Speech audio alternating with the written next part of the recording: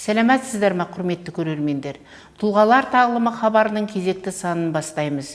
Бүгінгі тақырыбымыз аталықтар, хандар тәрбиешісі. Студия қонағы Евразия ұлттық университетінің профессоры, тарих ғылымдарының докторы Жамбыл Омарұлы Артықбаев. Хош келдіңіз. Аталықтар әулетінің ішіндегі Арыстан, Барқы, Нияз аталықтар туралы мәліметтер беріңізші. Оның ішінде ең бастысы 16 ғасырдың аяғында, 17 ғасырдың басында өмір сүрген Арыстан аталық туралы тоқталыңызшы. Осы Арыстан аталықтың дәуірі қандай дәуірі болды? Оның өскен ортасы, қызметі туралы шағын мәлімет берсеңіз. Енді қазақ аталықтарына арналған мен бірталай мақалалар жаздым. Соның ішінде мына кітап, аталықтар әулеті кітабы негізінен сол Арыстан, Барқы, Ниязға арналады. Бұл әулеттің енді тарихы өте бір қызық. Енді жалпында қазақта аталықтар институты хандарға тікелей қызмет жасаған айттық қой, орталық билікке қызмет жасаған. Соның ішінде біз әлі де бір аңқытылмаған дүниелер бар. Мәселен, Қасым ханның заманында аталық болған, Қасым ханның баласы Әбілқайырмен бірге өзбекті қолдап парсы қарсы соғысқа қатысқан мейрам аталықтың біз қай ел, қай жерден шыққанын үшін біле қоймаймыз. Бірақ ойлаймын, осы екі әулет арасында бір байланысты бар ма деп ішімден ойлап отырамын. Я болмаса Абылайды өткен жылы айттық, өткен хабарымызда айттық, Абылайға байланысты Әбілмансұрды анау үргеніштегі қырғыннан алып келген оразашылықтың қай ел екенін біз біле қоймаймыз. Сол сияқты өткен хабарда да айтылды, мына Тайқоңыр сияқты елші, атақты елші болған, соның атасы әкесі Құлтабай аталық дейді. Оның да қай ел екенін әлі біле қоймаймыз. Яғни аталықтар тақырыбында толып жатқан әлі сұрақтар бар да, шешілмеген, жазылмаған сондай дүниелер бар. Енді менің сонда бір зерттегенім бір ғана сегменті. Енді бұл мына бір әулеттің тарихы. Бұл Арыстан, Барқы, Нияз аталатын осы бірінен бірі туып отырады осылай. Бұл әулеттің негізін салған Арыстан аталық Шығай хан заманында өзінің карьерасын, қызметін бастағандығы көрінеді деректері қарағанда. Бұл кезең бір қазақ хандығының бір басындағы ауыр кезең болатын. Өйткені сол кезеңде Бұхар хандығы күшейді. Абдалла деген хан болды. Абдалла екінші дейміз. Енді біз енді өзі тарихшылар зерттеген уақытында Абдалла екінші дейміз. Қазақтың шежіресінде Таз Абдолла деп айтады. Жаңағы түбі Астрахан хандарының әулетінен еді дейді. Сол кісі өте бір жауынгер хан болады, Бұхар хандығын жақсы көтереді. Сол кезде қазақ хандығы белгілі дәрежеде сол Абдалла екіншіге бір жартылай бағынышты сондай жағдайда болады. Тікелей бағынышты деп айтуға бола қоймас. Өйткені далалық өлкенің аты далалық өлке, бұл жерден де ол бағына қоймаған болу керек. Бірақ қарым-қатынас өте жақсы болады. Шығай сол Абдалла екіншіменен қарым-қатынаста өзі жүреді, өзі бір діни тақуалық адам болады Шығай. Енді батырлығы да болған шығар, бірақ тақуалығы көбірек болған сияқты. Міне осы кезеңде тарих сахнасына Арыстан аталықтың шыққанын көреміз. Ол тәуекелдің де жаңа өзінің карьерасын жасап жатқан уақыт. Бірақ кейін бұл Абдалла өлгеннен кейін тәуекел Самарқан, Бұхара бәрін жаулап алмақ болды. Ол енді бір қазақ хандығының бір қызық кезеңі. Жаңағы Бұхарамен қарым-қатынастың әсері ме жаңа жерде. Тәуекел өзі Абдалла ханның әскерімен бірге Ферғана соғыстарына да қатысты, Ташкент маңайындағы соғыстарға да қатысты. Неше түрлі сондай үлкен Орта Азиялық саясаттың дәл ортасында жүрді де. Содан болар Самарқандты алып Бұхараны қоршаған уақытында жараланып қайтыс болды. Міне осы кездерде Арыстан аталық мемлекет билеуші хандар әулетінің жанынан табылатын біз Арыстан аталықты көреміз. Арыстан аталықтан 8 ұл туады. Енді қолымызда бар, енді анықтағанымыз. Енді оның ішінен қайсы қалай деп енді таратсақ, мысалы Мамадайыр деген Арыстан, Мамадайыр, Мамашық деген үлкен балалары бар. Олардан тараған ұрпақ Арыстан аталықтың жаңағы Мамадайыр, Мамашықтан тараған ұрпақ енді Қазақстанның бар жерінде де кездеседі. Орыс Қазақстанның орталық өлкесінде Семей, Шұбартау жағында да кездеседі. Төлеңгіттер болып, төлеңгіт болып кеткен, төлеңгіт деп аталады. Керейлердің ішінде, сосын Атырау, Бөкей Ордасы маңайында да сол Мамадайыр, Мамашық ұрпақтары кездеседі. Көп кездеседі, және төлеңгіт болып кеткен көпшілігі. Енді төлеңгіттермен бірге жүреді ғой, сол себептен. Не себепті сонда бұларды жан-жаққа ұлдарын таратты? Қандай қызметтерге жіберді? Олар жалғыз өздері бармайды, қасында жаңағы әскерлер ме, адамдар болды ғой. Біразы кетті ғой енді. Енді негізінен аталықтар саяси элитаға қамқорлық жасағаннан кейін хандар әулетіне қай жерге бір сұлтан өз балаларын жіберіп отыр. Өз балаларын жіберіп отыр. Сұлтан мысалы бір тағайындалды ма, ұлыс сұлтан болып, мәселен Әбілқайыр кіші жүздің солтүстік бөлігіне тағайындалды ма, Әбілқайырдың жанына белгілі сол аталықтың ұлдары бекітіледі, азаматтары, сосын төлеңгіттердің үлкен тобы бекітіледі, сонымен аттандырылады. Емесен 1757 жылдары қалмақтардан жоңғар мемлекеті құладыдағы Тарбағатай, Алтай, Жетісу өлкесі босады ғой. Қазақ барып қоныстанды. Найман, Абақ керейлер барып қоныстанды. Енді осы өлкені қазақ хандығының құрамына кіргізу үшін Әбілфейізді аттандырды. Әбілмәмбеттің баласы, Әбілмәмбет ханның баласы Әбілфейіз сұлтан аттанды. Оның жанына бір топ аталық әулетінің өкілдері, Өмірзақ аталық бастаған мықты азаматтар, жаңа Мамадайырлардың бір тобы кетті, сонымен бірге үлкен төлеңгіттердің үлкен тобы кетті. Бұлар төлеңгіттердің үлкен тобы, бұлар мемлекеттік қызмет есебінде, қызметші есебінде атқара береді. Бұлар алым-салық жинау, ханның өзінің жеке қауіпсіздігі, жаңағы жауынгер қосын есебінде нөкер енді қалай жүреді, оққағар есебінде де жүреді. Ал енді аталықтар елді ұйымдастырушысы, жаңағы саяси шаруалар шешушісі, саяси қызметкер есебінде кетіп отырады. Енді молдалары, басқа қызметкерлер бірге жүріп отырады. Сондықтан да Әбілқайыр менен Әбілфейіз мысалынан біз көреміз, аталықтар әулетінің тарап кеткен себебін осы екі мысал сізге әдемі көрсетіп тұр, солай емес пе? Соны сіздің мынау аталықтар әулеті еңбегіңізде мен оқып шықтым. Соның ішінде жаңағы Арыстан аталықтың балалары Мамадайыр, Мамашықты жаңадай жібереді ғой енді. Жан-жаққа жіберіп ол сіңіп, кейбірі төлеңгіт болып кетті, керей болып кетті. Сол сіңіп кеткеннен кейін жаңа Қаңтарбай батыр хат жазады екен, иә? Сонда Иса қажыма баласы, солар кейін осы өздері сол кісінің хатынан кейін барып, өздерінің жаңағы Арыстан аталықтың әулетінен екенін, жаңа солардың ұрпақ екенін біледі. Сонда жаңа ұрпақтар, енді сіздің мына еңбегіңізде көптеген дерекнамалар бар, енді тың деректер бар. Сонда жаңағы қазақ халқының көпшілігі өз территориясынан кеткеннен кейін жаңағы басқалардың ішіне сіңісіп кеткендер қаншама. Тек қана әулеттің емес, бұл аталықтар әулет емес, сіңісіп өзінің жұртын білмей, қайдан шыққан тегінде білмей жатқандар бар. Ал міне сонда бір ғана Қаңтарбай батырдың бір ғана жаңағы хаты жаңағы тарихты қозғап, өзінің ұрпағын жинап алуға көп көмектескенін байқаймыз. Онда бір қызық мәселе бар. Онда Қаңтарбай батыр Кенесары заманындағы атақты батырлардың бірі еді. Мына аталық институты хандықпен байланысты болды дағы. Хандықтан біз қалай айырылдық, аталықтар институты да өзінің рөлін, қызметін атқармады. Ол енді хандықты соңына дейін күресті, сақтауға күресті, бірақ ары қарай жұмыс істеуін тоқтатты. Сөйттен келді дағы, бұлар төлеңгіттердің ортасына кіріп кетті, араласып кетті. Енді әуел бастан төлеңгіттер мемлекет қызметкерлері, аталықтар саяси қызметкер есебінде екеуі қатар жүретін, бірге жүретін. Төлеңгіттер көбінесе қара шаруада болса, аталықтар саяси шаруада болды. Жаңа өзіңіз айтып отырған Шұбартау төлеңгіттердің соңғы болыстарына дейін аталықтар әулетінен болды ғой, Мамадайырдың әулеттерінен болды, Өмірзақтың тұқымынан болды. Ал енді жалпы ел төлеңгіттер. Енді келіп, мына хандарға, сұлтандарға еріп, жан-жаққа қарай кеткен уақытында бұлар ант беріп кетеді. Ант бергеннен кейін бұлар өз еліне қайтпайды. Қаңтарбайдың баласы Иса іздеген уақытында да енді бұлар енді хандық бітті, енді әйтеуір бір-бірімізді табайық деп іздейді ғой жаңа жерде, енді бір топ ағайын сонда кетіп еді деп. бірақ олар әлі күнге дейін сол өзі Шұбартау елі болып, өңірінде әлі күнге дейін сол Шұбартау берген анттарына адал болып тұр. Ұрпақтан ұрпаққа кетіп жатыр ма сонда? Ұрпаққа кетіп жатыр. Бұл ғажап дүние екен өзі. Қарап отырсаңыз. Бірақ мен сол жақта төлеңгіт болып кеткен жаңағы Мамадайыр Мамашықтың ұрпақтарымен кездестім мен осы Алматы қаласында.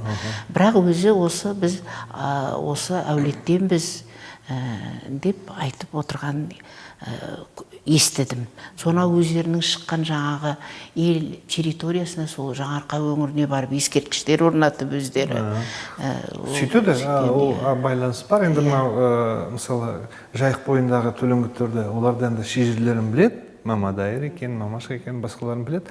Бірақ енді сол анттарына адал әлі сол жақтарда сол жіберген еңбек етіп жатыр ғой. Мемлекетімізге, халқымызға, қазақ еліне кезінде қазақ хандығына берген анттарына адал. Кодтарында жазылып қалған ғой. Еңбек ету керек сол территорияға. Халыққа, қазаққа деген әбден жаңағы сіңіп қалған дүние. Халықтың бірлігі үшін дейді. Халық үшін дейді ғой.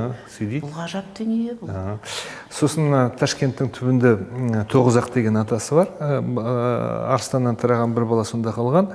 Шыршық дейді. Ташкентке өзі баратын өзен Шыршық. Шыршықтың бойында орта Шыршық, жоғары Шыршық, сол жерде ел болып отыр. Өздері Тау Тоғызақпыз дейді. Бұлар шамасына қазақ хандары Ташкентті Абылай заманына дейін, Нияз Аталықтың заманына дейін берген жоқ қой ешкімге. Тіпті мына Қазақ Республикасы пайда болардың кезінде де өз қазақ азаматтары Ташкентті бермейміз деп күрескен өзіңіз білесіз ғой енді жаңа жерде. Сол Ташкентке жауапты әулет жаңа Тоғызақтар болған. Өйткені Ташкент билігін ішінде отырып ұстаған өңір сырттан бақылап отырып жасау керек болды. Кезінде Төле би де сөйтіп сырттан бос судың бойында отырды. Соған Ташкентте отырған, Ташкентті билеген қазақ хандарына қолдау есебінде, жалпы Ташкентті қолдау есебінде Тоғызақтар аталықтың бір баласы жаңағы жоғары Шыршықта. Тоғызақтардың ол жерде нақты отыратын себебі бертін келе Нияз Аталықта сол жерде басқарды ғой 25 жылдай. Сондықтан өздерінің аталықтарын қолдау үшін, хандарын қолдау үшін сол жерде ол қауым болып, ауыл болып отырады. Бұл енді таза саяси шаруаларда бұл енді бір қызық. Бірақ енді бергі дәуірге дейін соның саналарында тұрғанын айтамын да, беріктігі, Совет заманында өз тарихымызда тым қарапайымдандырып алдық дағы. Бір ру, бірдеме сияқты бір рулар қарым-қатынастары. Мемлекет деңгейінде ойлау жоқ та. Дұрыс айтасыз. Ал енді мына Абылай заманының соңына дейін мемлекет деңгейінде ойлау болды. Жаңа Нияздардың заманында мемлекет деңгейінде ойлау болды. Сондықтан да сол жаңа Тоғызақтар солай. Ал енді Барқы балалары өзі мысалы Барқыдан туған балалар Шуақ белгілісі, иә? Барқы Арыстанның кіші балаларының біреуі ғой. Үш-ақ бала. Енді Барқы өзі Әз Тәуке хан заманындағы атақты аталық. Барқыны тапқаным былай болды. Мына Қарағандыда қызмет жасап жүрген кезде мен жас ғалыммын, жас ұстазбын сол Қарағанды мемлекеттік университетінің Ғабдолла Құлқыбаев деген ағамыз болды сонда. Енді біздің алдымыздағы үлкен ағамыз еді. Медицина саласы бойынша ғылым докторы болды. Қарағандыдағы атақты ғылыми зерттеу институтының клиникасы бар. Халыққа көп еңбек сіңірген адам ғой денсаулығына. Кәсіби денсаулық сол институтын басқарды. Сол кісі Қарағанды әкімшілігіне қатысты шаруаларды, қазаққа қатысты шаруалардың бәрінде сол кісі жүруші еді. Енді мен жаспын. Сонда Жамбыл сен деп мені бауырына тартып, сен жас тарихшысың ғой, сен архивтерде көп жүресің. Осы біздің атамыз Барқы деп аталады, Барқы батыр деп. Сен осы қарап жүрші деп айтып отыратын өзі. Кездесіп қалар ма екен директорден. Осы кісінің атқарған қызметі түсініксіз. Хан да Барқы, қара да Барқы дейді. Осы сөзді неге айтады деп жаңа жерде. Сөйтіп, мына кітаптың жазылуында да сол кісінің сөзі түрткі болды. Кейін мен Омскіде архивте жүрген уақытында Әз Тәуке заманындағы Ресей елшілігі мен қазақ хандығының арасында қарым-қатынас құжаттары қолыма түсіп қалды. Сөйтсем, Барқы аталық жүр жаңа жерде. Енді орыстың келген елшілігі айтады, біз Әз Тәуке хан ордасында Барқы аталық қарсы алды, сарайдың ішіне кіргізді, сөйлесті. Сосын хан мен елшілік арасында келіссөздердің арасында Барқы қосылып отырды.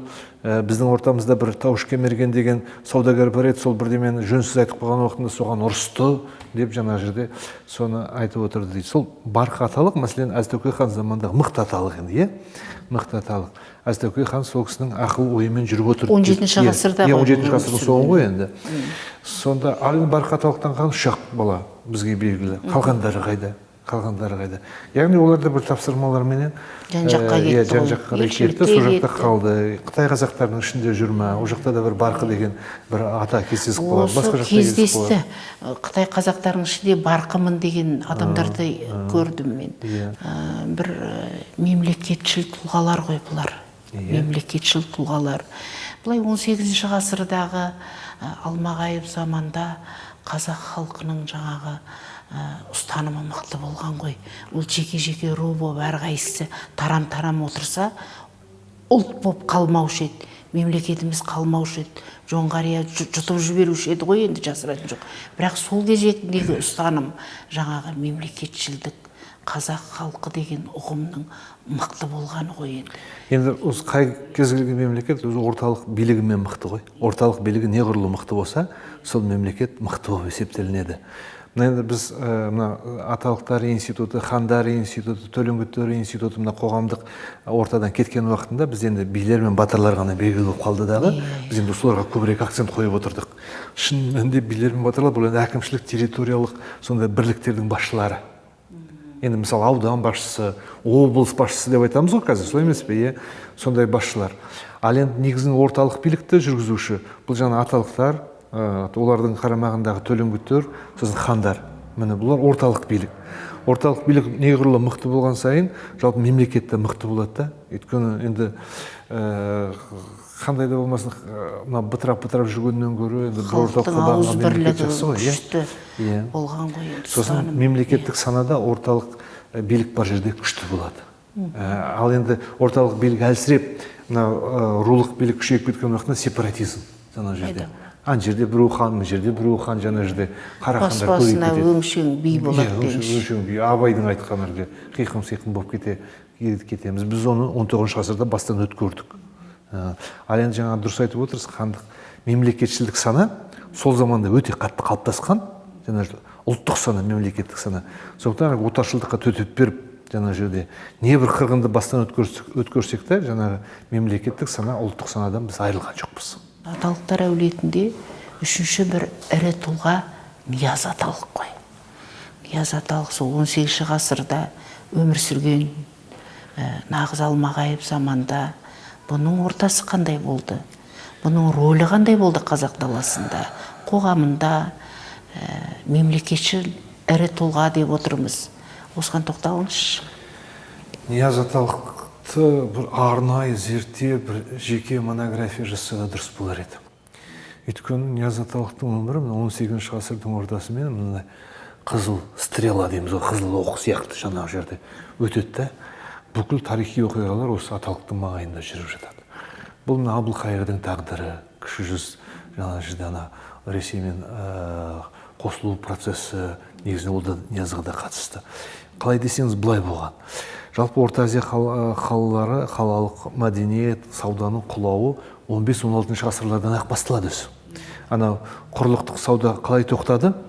Содан құрлықтық сауда тоқтағаннан кейін ақ біздің қалалардың дағдарысы басталды. Ал енді Әзтөке хан заманында қазақ жылына бір 2 миллиондай қой, 200 мыңдай жылқы шығарады сыртқа, экспортқа. Сөйтіп өзінің ішкі керек жарағын алады. Оны Орта Азия қалалары ала алмайтындай болды. Жаңа жүрді. Күші жоқ, байлығы жоқ. Қазақтан оншама дүниені сатып алуға. Сондықтан Әбілқайыр негізінен солтүстік регионда Ресеймен қарым-қатынасты реттеуге аттанған сұлтандардың біреуі еді. Ол негізінде қабілеті Түркістанда тәжірибеден өткен адам Әбілқайыр негізінен. Сол Нияз аталықтардың қолынан, барқылардың заманынан, Тәукенің заманынан бері неше түрлі жаңағы үлгі-өнеге көрген сондай адам болды. Бірақ енді тарихи оқиғалар әкеліп жаңағындай кейде біз айтамыз Әбілқайыр осылай қосылуды бастады деп. Негізінен ол экономикалық түрде протекторат қарым-қатынасын реттеуге аттанған адам, және ол өзінің функциясын атқарды. Енді Ресейге қосылу бұл енді тарихи бір өзі мәжбүрлікті солай енді, шын айтқанда. Екінші жағынан Нияз аталық Абылайдың өміріне тікелей қатысы бар. Абылайды 1724 жылы Оразаталық Үргеніштен алып шықты ғой. Қырғыннан алып шықты, 12 жасар баланы Түркістанға алып келді. Сонда Түркістанға ие болып тұрған Ниязаталық. Оған қалмақтарды ештеме істей алмайды. Өйткені бүкіл Түркістан өңірі, Ташкент өңірінің отырықшы тіршілігін жүргізу Ниязаталықтың қолынан ғана келеді. Бұл деген ол оңай шаруа емес. Ол әлгі бір отар қойды баға алмайтын, әлгі бізде адамдар неше түрлі тарихқа қатысты бір пікір айтқысы келеді. Ол бүкіл отырықшы көшпелі қауымдардың симбиозы, үйлесімі. Ол бүкіл қалалардағы қолөнер, жаңа қалалардан түсетін алым салық.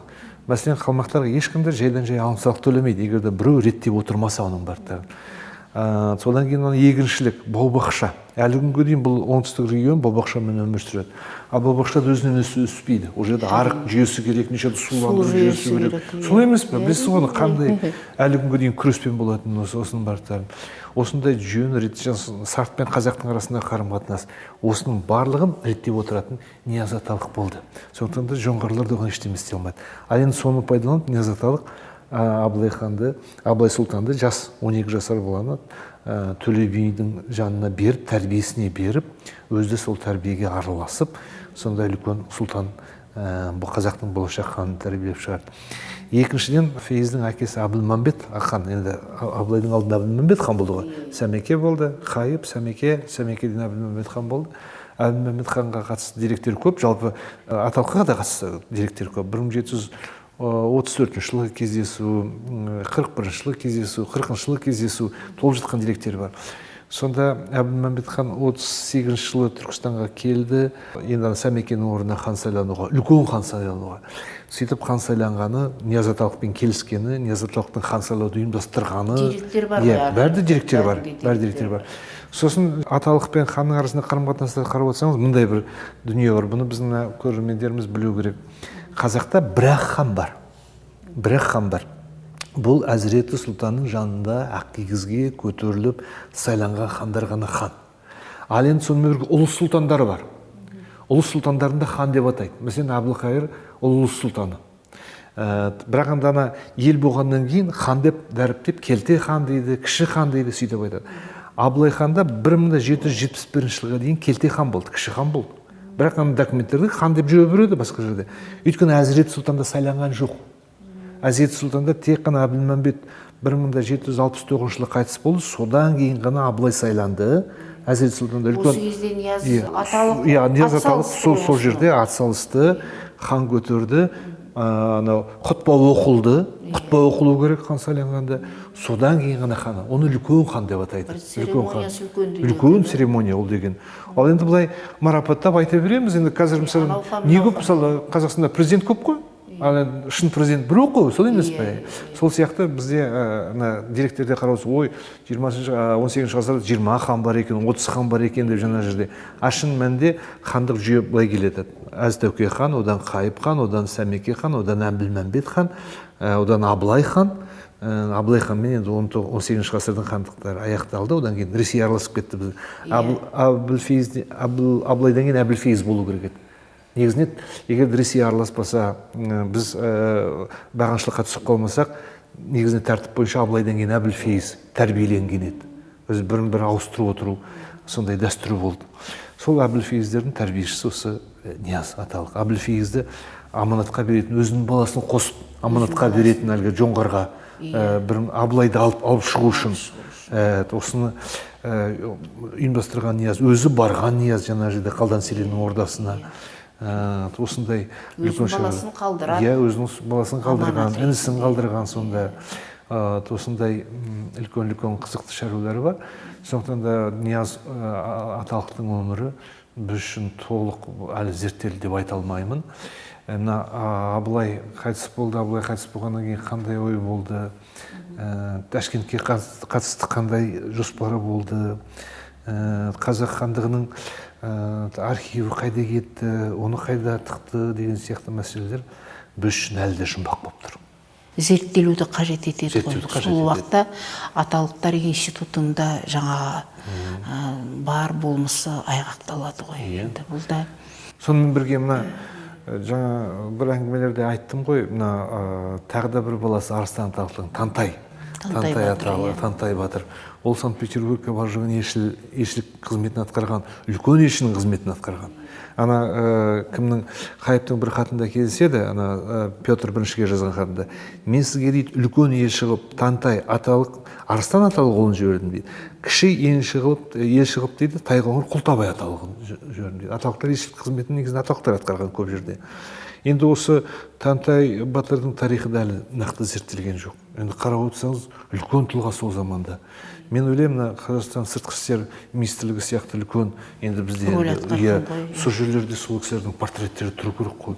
Сол кісілердің құжаттары, жаңа елшілік құжаттары тұру керек. Сол кісілердің жаңа дипломатиялық, мемлекеттік қызметін бұлар оқу керек. Сол емес пе? Сонда аталықтарға нағыз баға берілген болар еді. Иә, енді Жамбыл мырза, бүгін сізбен тамаша бір сұхбат болды деп ойлаймын. Біраз тарихтың жатқан, тарих қойнауында жатқан, жабылып жатқан дүниені біздің санамызды жаңғыртып, біраз дүниені ұлттық кодымызды аштыңыз. Рахмат, сіздерге де. Біздің аталықтар әулеті, Арыстан аталық, жаңа Барқ аталық, Нияз аталық туралы көптеген деректер бердіңіз. Әлі де зерттеу қажет екені туралы мәліметтер беріп жатырсыз. Бұл енді болашақтың ісі болар. Сондықтан сізге шығармашылық табыс тілеймін. Мың алғыс. Әрі қарай осы аталықтар әулетін жеріне жеткізе, шәкірттер даярлап зерттей беріңіз. Халық сізден күтеді. Жалпы сізге үлкен табыс тілеймін, зор денсаулық, шығармашылық табыс тілеймін оның ішінде. Сонау Астанадан келіп жатырсыз. Ел жұртыңызға аман-есен жетіңіз. Сәлем айтыңыз ел жұртыңызға. Алла тағала сізді қолдасын.